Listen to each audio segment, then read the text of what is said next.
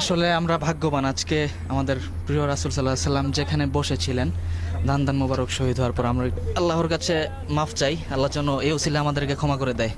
খুব কঠিন এখান থেকে বের হওয়া। আপনারা সবাই ভালো আছেন, আমি অনেক ভালো আছি। কত ভালো আছি বোঝানো যাবে না। এর কারণ হলো রাসূলের মদিনায় আছি, রাসূল যেখানে হেঁটেছেন। বিশেষ করে আজকে এমন একটা জায়গায় আসছি যেখানে আসার পরে আমার হৃদয় মন জুড়িয়ে গিয়েছে।